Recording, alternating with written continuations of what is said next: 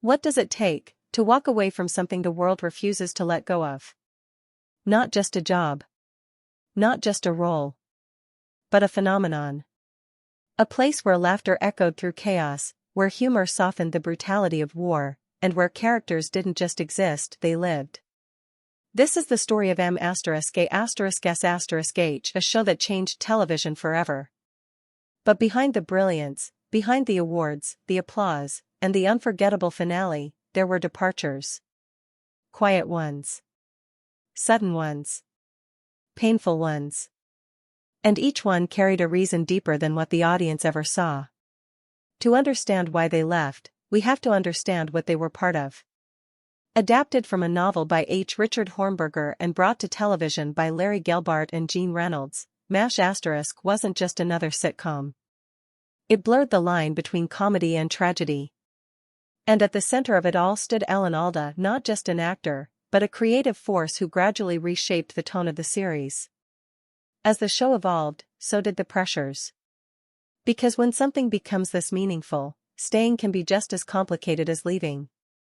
For McLean Stevenson, the decision wasn't sudden. It was building, quietly, beneath the surface. On screen, he was Colonel Henry Blake, warm, flawed, deeply human. Off-screen, he was watching something shift. The show was changing. And so was his place in it. As Hawkeye's character grew more central, Stevenson began to feel smaller in the frame. Recreated dialogue, soft, introspective. I don't want to just be part of something great. I want to lead something. It wasn't arrogance. It was ambition. So he made a choice to leave at the height of success, chasing something bigger. Then came the moment that no one saw coming. A single line, delivered without music, without warning. A death. Not just of a character but of an illusion. Because for the first time, a sitcom reminded its audience. In war, not everyone makes it home. Stevenson left seeking control over his career. But in doing so, he became part of television history in a way no one could have predicted. If Stevenson's exit was loud, Wayne Rogers was the opposite.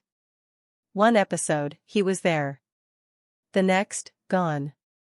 No goodbye. No closure. Just absence. As Trapper John, Rogers was part of the show's original heartbeat, a perfect balance to Hawkeye. But behind the scenes, the balance was shifting. Recreated dialogue, firm, controlled. This was supposed to be an ensemble. As scripts increasingly centered around Alda's character, Rogers felt his role narrowing. Not disappearing, but fading. And for an actor, that can be its own kind of silence. So he made a decision, not dramatic, not public, just final. He walked away. No farewell episode.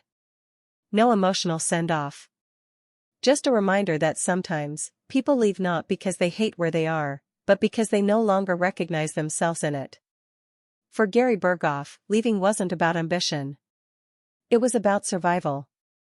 On screen, Radar was innocence in a place that had none. Gentle. Loyal. Almost untouched by the war around him. But off-screen, the cost was real. The schedule was relentless. The expectations, even more so. And slowly, quietly, it began to take a toll. Recreated dialogue, tired, emotional. I'm missing everything that matters. Family. Time. Peace of mind.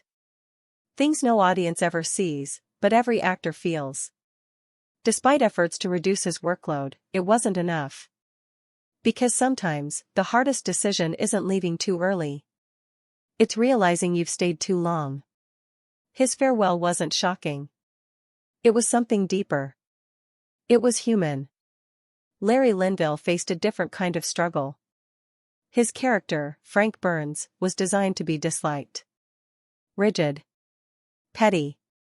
Often the target of jokes. And he played it perfectly. Because over time, the character stopped evolving. And Linville realized something unsettling. He wasn't acting anymore. He was repeating.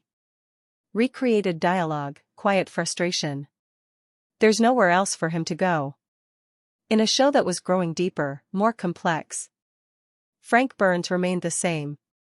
And for an actor seeking growth, that can feel like being trapped in a loop.